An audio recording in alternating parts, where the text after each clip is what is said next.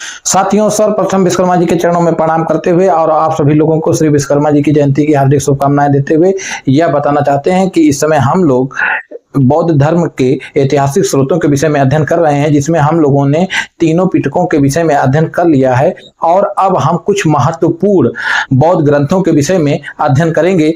इसी क्रम में आज हम मिलिंद पन्नों के बारे में अध्ययन करेंगे। मिलिंद पन्नों एक पाली भाषा का ग्रंथ है और इस ग्रंथ में नागसेन तथा एक हिंद एवं शासक मिनांडर के संवाद का उल्लेख मिलता है।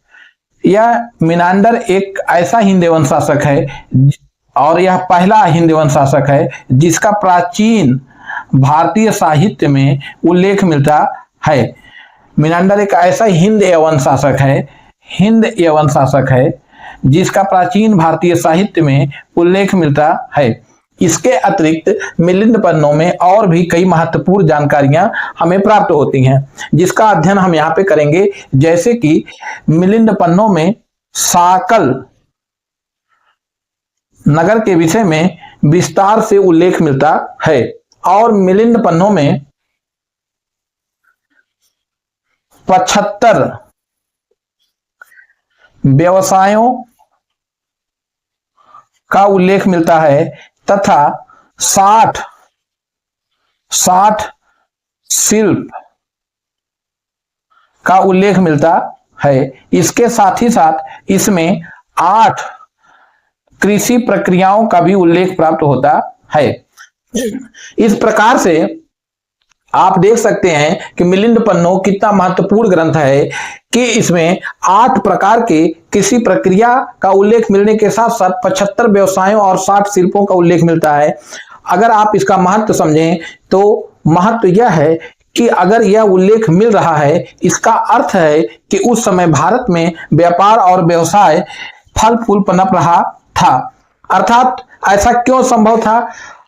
कहीं पर भी अगर परचेजिंग पावर है, खरीदारी की क्षमता है, तभी वहां व्यवसाय और शिल्प फूलते पनपते हैं। क्योंकि अगर आप गौर करके देखें, अगर यह इन व्यवसायों में कोई चीज निर्मित हो रही है तो वह बाजार में ही जाएगी और बाजार से वस्तुएं खरीदी और बेची जाएंगी, तो खरीदने वाला होगा तभी तो यह संभव है। इसका मतलब कि लोगों के पास परचेजिंग पावर थी।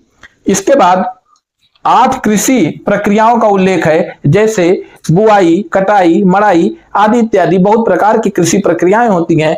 उसी संबंध में यहाँ पे वर्णन है। तो आप यहाँ देख सकते हैं, एक और जहां इसमें नागसेन और मिनांडर के दार्शनिक संवाद का उल्लेख है, वहीं पर यहाँ इसमें साकल नगर के विषय में भी उल्लेखित मिलता है और उसके साथ साथ इसमें 75 व्यवसाय, 60 शिल्पों और कृषि का उल्लेख मिलता है। मतलब इसका स्पेक्ट्रम बहुत ब्रॉड है। इसके बाद यहां पर और महत्वपूर्ण बात यह है कि इसमें धनानंद तथा चंद्रगुप्त मौर्य के संघर्ष के विषय में भी वर्णन मिलता है। अर्थात नंद वंश से चंद्रगुप्त मौर्य ने जो संघर्ष किया था और नंद वंश को उसने समूल नाश कर दिया था, उसके विषय में उल्लेख हमें इस ग्रंथ में मिलता है। उसके संघर्ष के विषय में उल्लेख हमें इस ग्रंथ में मिलता है, जिसका नाम है मिलिंद पन्नों। इसी ग्रंथ में मिलिंद पन्नों में ही धनानंद के मंत्री भद्दसाल का उल्लेख मिलता है। इसी ग्रंथ में धनानंद के मंत्री भद्दसाल का उल्लेख मिलता है। तो इस प्रकार से आपने जाना, एक और जहां इसमें दर्शन की बात की गई है, दूसरी ओर वहीं कृषि की बात की गई है, तीसरी ओर वहीं व्यापार की बात की गई है, चौथी ओर अगर आप ध्यान दीजिए तो इसमें नगर के विषय में भी उल्लेखित है और इसमें राजनीति का तो उल्लेख है ही। घनानंद और चंद्रगुप्त मौर्य तथा भद्दसाल के विषय में उल्लेखित करके यह और भी विस्तृत विषयों को छूता हुआ ग्रंथ है, जिसमें सभी का वर्णन हमें प्राप्त होता है। तो एक ऐतिहासिक ग्रंथ के रूप में, एक ऐतिहासिक स्रोत के रूप में इसका बहुत ही अधिक महत्व हो जाता है। यह ग्रंथ ऐतिहासिक स्रोत ग्रंथ के रूप में महत्वपूर्ण है, क्योंकि इसमें हमें इतिहास से संबंधित कई महत्वपूर्ण जानकारियां प्राप्त होती हैं। साथियों, अब हम इसी क्रम में बुद्ध घोष के ग्रंथों के विषय में अध्ययन करेंगे। बुद्ध घोष ने एक महत्वपूर्ण ग्रंथ की रचना की जिसका नाम था विशुद्धि मग्ग। विशुद्धि मग्ग बुद्ध घोष की एक महत्वपूर्ण रचना है। विशुद्धि मग्ग बुद्ध घोष की एक महत्वपूर्ण रचना है। बुद्ध घोष ने त्रिपिटकों पर भाष्य लिखा था और बुद्ध घोष ने निदान गाथा नामक ग्रंथ पे भी भाष्य लिखा था। निदान गाथा वह ग्रंथ है जो प्रथम शताब्दी ईस्वी का है और यह पहला ऐसा ग्रंथ है जिसमें महात्मा गौतम बुद्ध की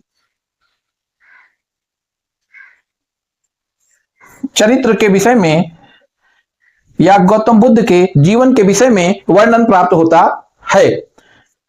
बुद्ध घोष ने विशुद्धि मग्ग की रचना की, त्रिपिटकों पर भाष्य लिखा और यह जो भाष्य लिखा था वह लिखा था 5वीं शताब्दी में और गौतम बुद्ध के जीवन की वर्णन करने वाले ग्रंथ निदान गाथा पर भी इन्होंने भाष्य लिखा और यह जो निदान गाथा है यह प्रथम शताब्दी ईस्वी में रचित ग्रंथ है। बुद्ध घोष के विषय में महत्वपूर्ण बात यह है कि ये श्रीलंका के रहने वाले थे। बुद्ध घोष श्रीलंका के रहने वाले थे।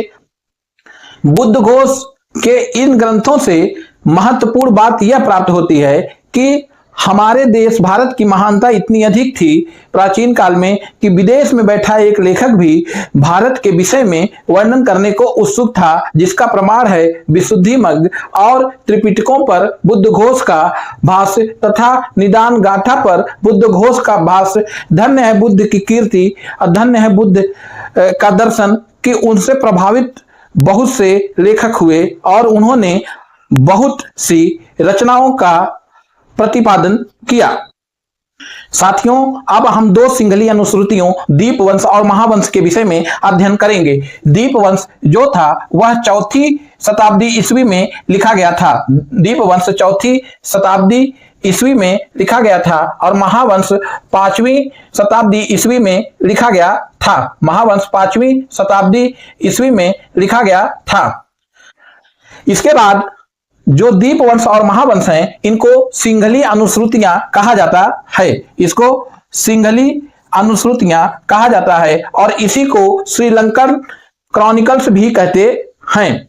अच्छा, दीपवंश और महावंश की एक विशेषता है कि इसमें वंशों के विषय में उल्लेख मिलता है। इसमें वंशों के विषय में उल्लेख मिलता है, अर्थात विभिन्न प्रकार के वंशों के विषय में उल्लेख होने के कारण यह ग्रंथ और भी अधिक महत्वपूर्ण हो जाते हैं। और सिंहली अनुश्रुतियां कहने से तात्पर्य यह है कि इनकी रचना श्रीलंका में हुई थी। इनकी रचना श्रीलंका में हुई थी। और आप लोगों को एक और महत्वपूर्ण बात बता दें कि अनुराधापुर बौद्ध विहार श्रीलंका में ही स्थित है। अनुराधापुर बौद्ध विहार श्रीलंका में ही स्थित है। और दीपवंश पे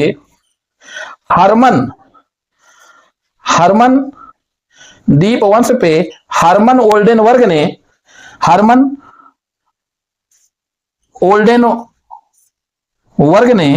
दीपवंश का अंग्रेजी में अनुवाद किया था।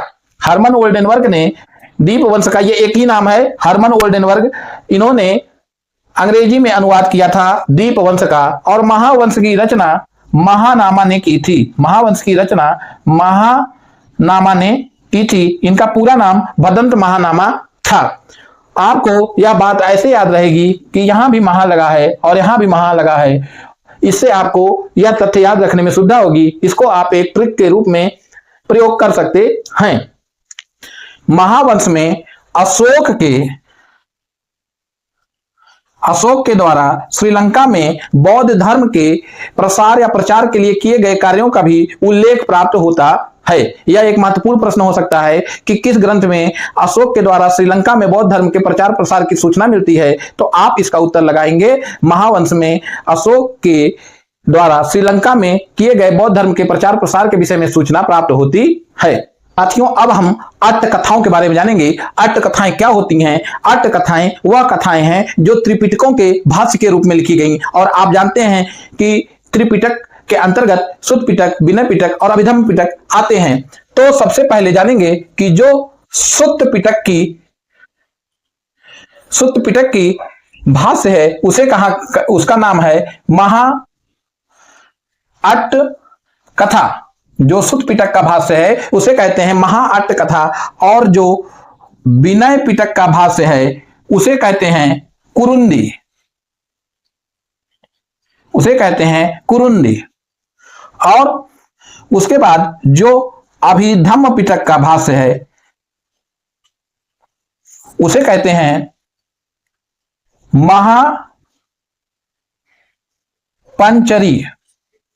जो अभिधम्म पिटक का भाष्य है उसे कहते हैं महापंचरी। इस प्रकार से आपने अट्ट कथाओं के बारे में जाना। जो अट्ट कथाएं हैं वह त्रिपिटकों पर भाष्य हैं, और त्रिपिटक है शुद्ध पिटक, विनय पिटक, अभिधम्म पिटक, और शुद्ध पिटक पे जो भाष्य है वह है महा अट्ट कथा, विनय पिटक पे जो भाष्य है वो है कुरुंदी, और अभिधम्म पिटक पे जो भाष्य है उसे कहते हैं महापंचरी। साथियों, अब हम कुछ ऐसे साहित्यों के विषय में अध्ययन करेंगे जो कि हैं तो बौद्ध साहित्य, लेकिन लिखे गए हैं संस्कृत भाषा में। यह भी अपने आप में एक विशेष बात है, क्योंकि आप अभी तक जिन ग्रंथों का अध्ययन कर रहे थे उनमें से अधिकांश ग्रंथ पाली भाषा में लिखे गए थे, लेकिन अब हम कुछ ऐसी रचनाओं का अध्ययन करेंगे जो संस्कृत भाषा में लिखे गए हैं, और उनके रचनाकार जो हैं वो संस्कृत भाषा के ग्रंथों के रचनाकार हैं। तो ऐसे रचनाकारों और ऐसे कुछ ग्रंथों के विषय में अभी हम परिचय प्राप्त करते हैं। सबसे पहले ऐसे रचनाकारों में नाम आता है अश्वघोष का,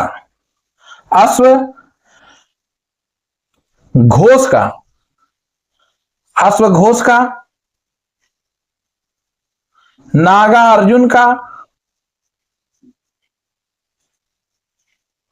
और वसुमित्र का। ये बहुत अधिक प्रसिद्ध रचनाकार हैं, अश्वघोष, नागार्जुन और वसुमित्र। और अगर संस्कृत भाषा में लिखे गए बौद्ध ग्रंथों की बात करें तो इसमें आता है अवदान साहित्य।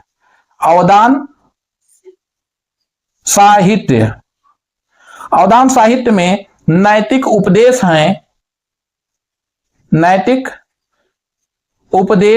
हैं। इस अवदान साहित्य में जो महत्वपूर्ण ग्रंथ आते हैं वह है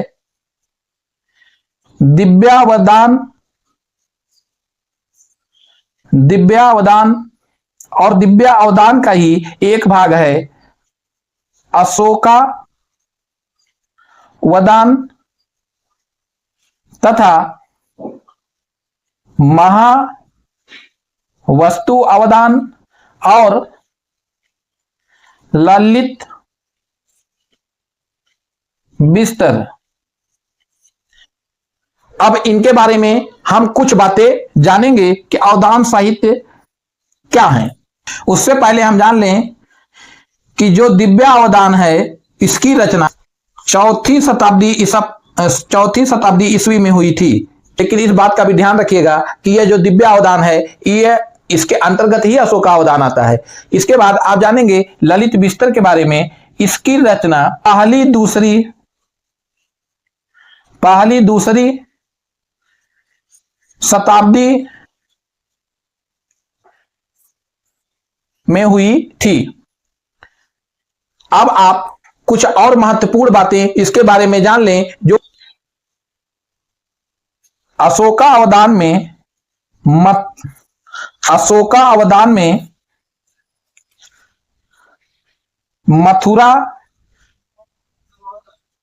नगर का वर्णन प्राप्त होता है, और यह कहा जाता है कि जो अशोकावदान का रचयिता था वह मथुरा का ही रहा होगा, क्योंकि उसमें मथुरा के विषय में विशेष जानकारियां उपलब्ध कराई हैं।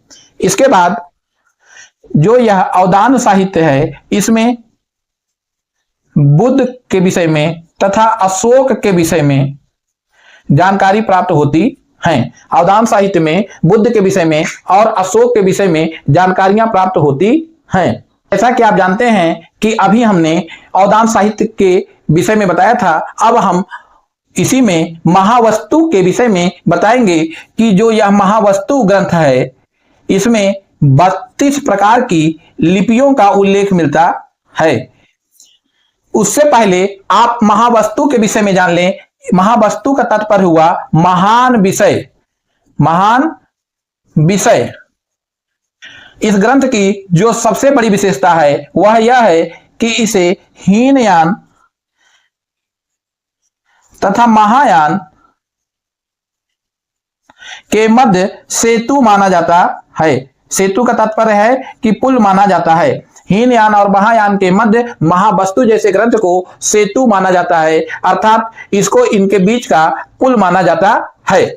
और हमें एक और जानकारी प्राप्त होती है, वह है बौद्ध संघ के विषय में तथा उसके उदय और विकास के विषय में जानकारी हमको महावस्तु से प्राप्त होती है। इस प्रकार से आप महावस्तु ग्रंथ के ऐतिहासिक महत्व को जान सकते हैं कि इसमें 32 प्रकार की लिपियों का उल्लेख है। इसका अर्थ ही महान विषय है और इसमें हीनयान और महायान के मध्य सेतु इसको कहा जाता है। तो इस प्रकार से इसका दार्शनिक महत्व बहुत अधिक बढ़ जाता है। दिव्यावदान के विषय में कुछ महत्वपूर्ण जानकारियां आपसे साझा कर दी हैं कि दिव्यावदान में अशोक के उत्तराधिकारियों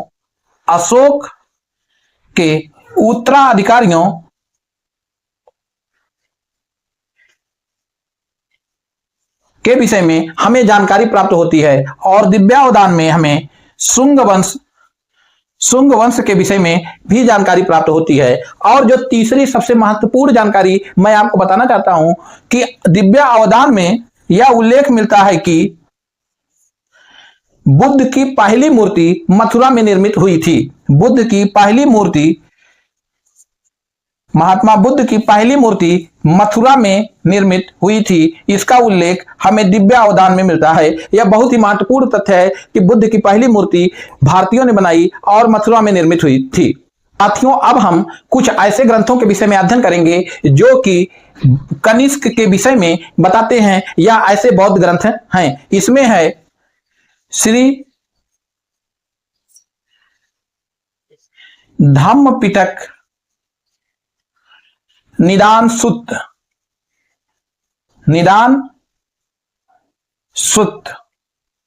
इसके बाद संयुक्त रत्न पिटक नामक ग्रंथ है। इसके बाद कल्पना मंडी टीका नामक ग्रंथ है। यह 3 ग्रंथ हैं, श्री धम्म पिटक निदान सुत्त, संयुक्त रत्न पिटक और कल्पना मंडी टीका, जिससे पता चलता है कि कनिष्क ने भारत पे शासन किया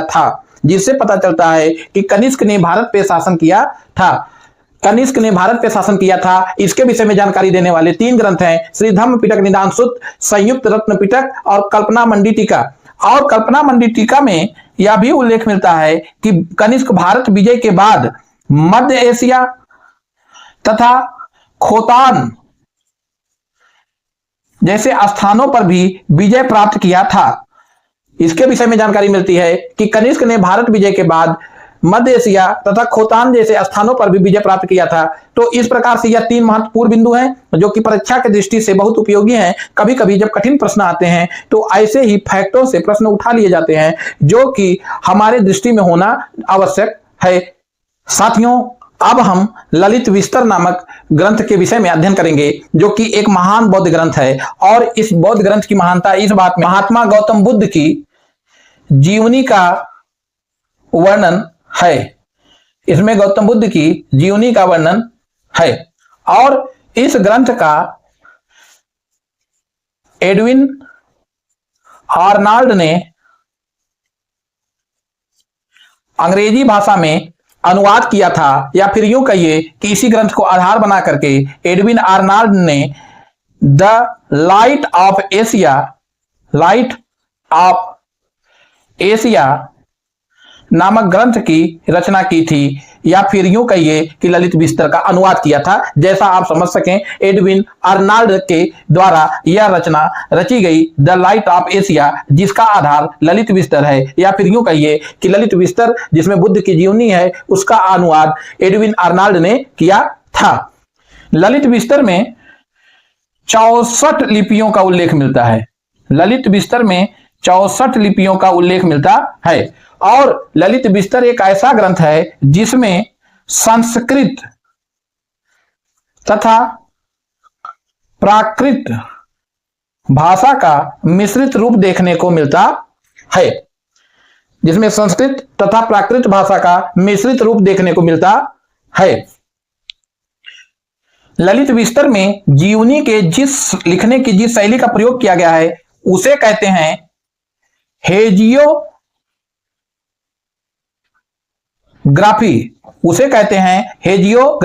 ललित विस्तर एक ऐसा ग्रंथ है जिसमें मथुरा नगर की प्रशंसा की गई है। ललित विस्तर एक ऐसा ग्रंथ है जिसमें मथुरा नगर की प्रशंसा की गई है। अब आप यह समझ ही गए होंगे कि ऐतिहासिक दृष्टि से यह कितना महत्वपूर्ण है। सर्वप्रथम इसकी महत्ता इसी बात में है कि इसमें महात्मा बुद्ध के जीवन चरित्र का वर्णन है, जीवनी का वर्णन है, और इसका अनुवाद एडविन आर्नल्ड ने द लाइट ऑफ एशिया के नाम से किया, और इसमें संस्कृत तथा प्राकृत का मिश्रित रूप मिलता है। साथियों, अब हम बौद्ध धर्म के एक महान विद्वान अश्वघोष के विषय में चर्चा करेंगे। और अश्वघोष के विषय में बताया जाता है कि इनकी माता का नाम सुवर्ण आछी था। और अश्वघोष को सबसे महत्वपूर्ण तथ्य जो है वो जान लीजिए कि भारत का मिल्टन, गेटे तथा वाल्टेयर कहते हैं। अश्वघोष को भारत का मिल्टन, गेटे तथा वाल्टेयर कहते हैं, और अश्वघोष को महावादिन तथा महापंडित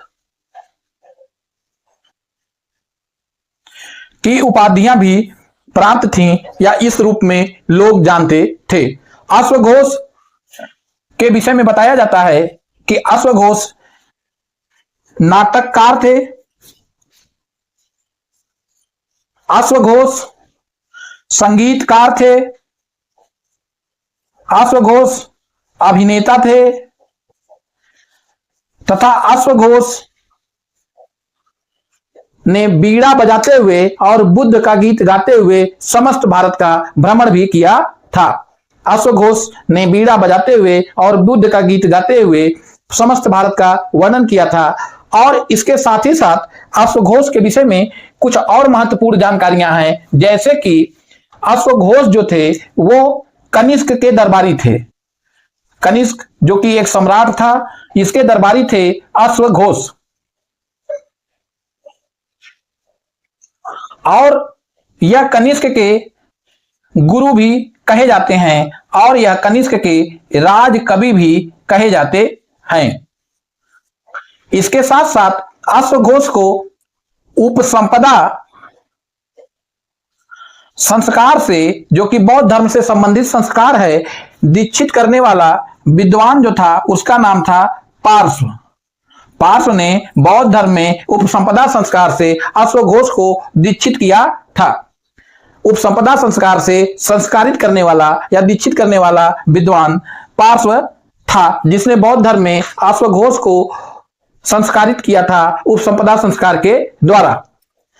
इसके बाद अश्वघोष की कई महत्वपूर्ण रचनाएं हैं जिसके विषय में हमें यहां अध्ययन करना है, जिसमें सौंदर्यानंद, सारीपुत्र प्रकरण और वज्रसूची आदि इत्यादि कई रचनाएं हैं, और उसमें कई महत्वपूर्ण बातें उल्लेखित मिलती हैं। सबसे पहले हम यह जान लें कि अश्वघोष ने कौन सी रचनाएं की थी। अश्वघोष ने वज्रसूची नामक ग्रंथ की रचना की, और इसमें जाति व्यवस्था और वर्ण व्यवस्था का विरोध किया तथा जाति व्यवस्था और वर्ण व्यवस्था के विरोध में अपनी वाणी को उठाया। वज्र सूची विषय में जो महत्वपूर्ण जानकारी मिलती है वो सामाजिक व्यवस्था से संबंधित है कि इसमें जाति व्यवस्था और वर्ण व्यवस्था के विषय में उल्लेख मिलता है और इसका विरोध किया गया है। इसके बाद सौंदर्यानंद प्रकरण है जिसमें बुद्ध के सौतेले भाई नंद तथा उसकी पत्नी सुंदरी का वर्णन प्राप्त होता है। नंद जो था वो बुद्ध का सौतेला भाई था। जब वह बौद्ध धर्म अपनाता है तो उस समय सुंदरी जो है वह वियोग में पीड़ित होती है और सुंदरी के द्वारा इस वियोग का और नंद द्वारा बुद्ध धर्म में दीक्षित होने का एक बहुत ही विशेष वर्णन हमें सौंदर्यानंद प्रकरण में प्राप्त होता है। इसके बाद ग्रंथ है सारीपुत्र प्रकरण। सारीपुत्र प्रकरण में हमको सारीपुत्र तथा मौदगलायन के बौद्ध धर्म में दीक्षित होने की जानकारी मिलती है। इसमें हमको सारीपुत्र तथा मौदगलायन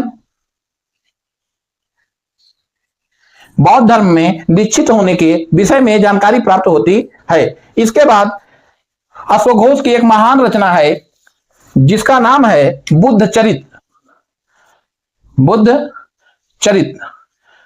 चरित की रचना अश्वघोष ने की और इसमें संस्कृत भाषा का यह महाकाव्य है।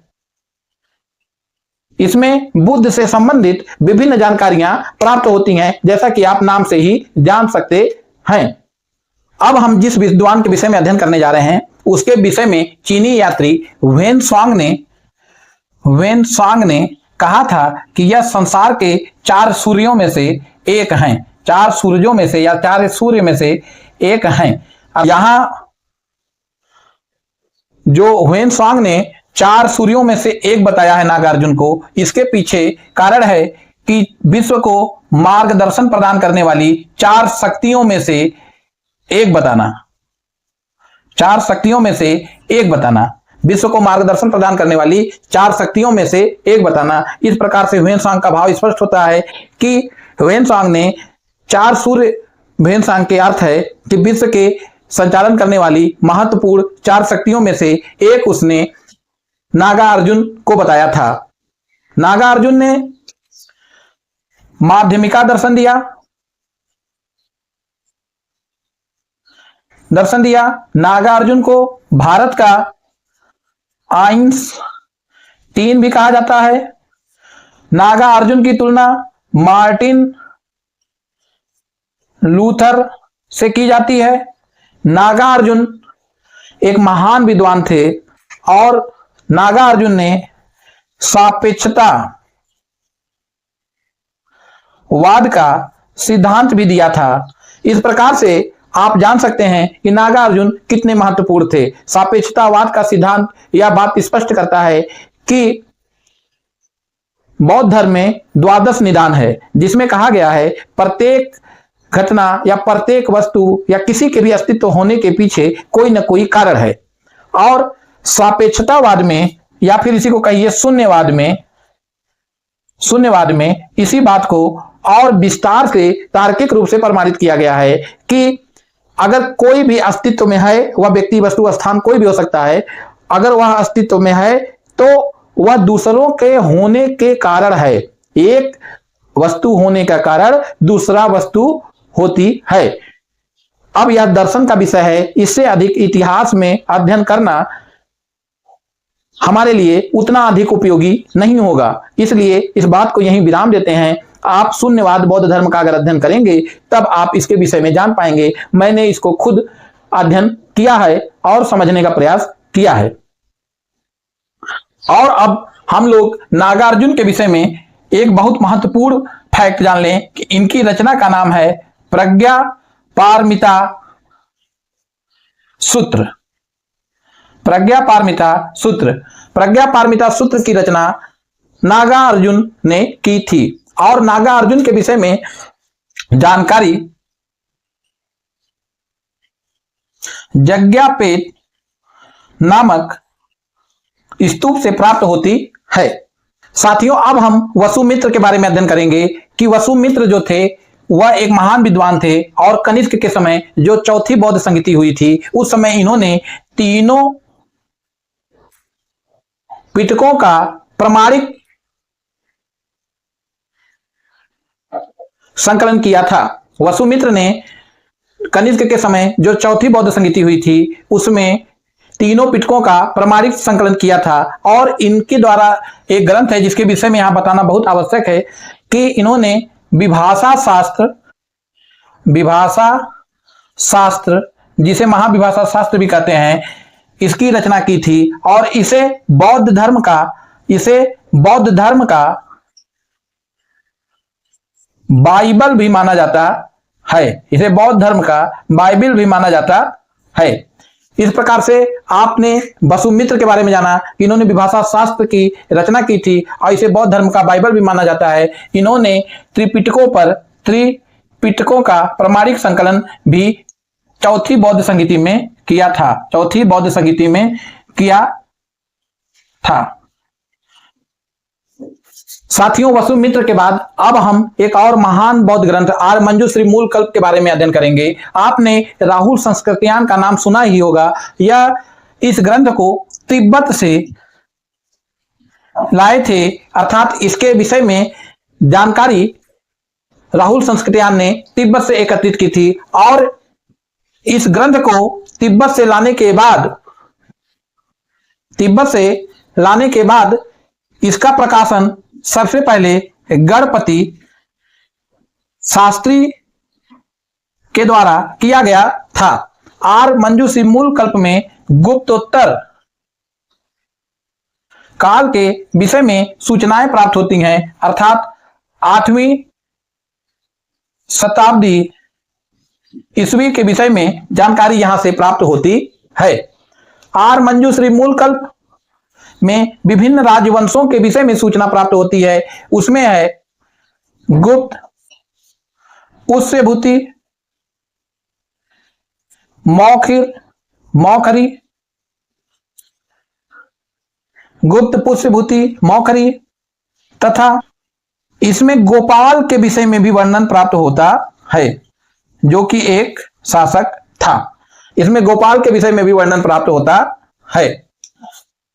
आर्यमंजूश्री मूलकल्प में मौर्यों के विषय में भी कुछ जानकारियां प्राप्त होती हैं। तो इस प्रकार से आपने आर्यमंजूश्री मूलकल्प के विषय में जाना जो कि एक महत्वपूर्ण ग्रंथ है। अगर इसमें इतने वंशों के विषय में जानकारी प्राप्त हो रही है तो निश्चित तौर से ऐतिहासिक दृष्टि से ऐतिहासिक स्रोत के रूप में आर्यमंजूश्री मूलकल्प एक महत्वपूर्ण ग्रंथ है और इसको राहुल संस्कृत्यायन तिब्बत से लाए थे और गणपति शास्त्री ने इसका पहली बार प्रकाशित किया था और यह गुप्तोत्तर काल के विषय में भी सूचना देता है। गुप्तोत्तर काल के समय का है और 8वीं शताब्दी में इसकी रचना हुई थी।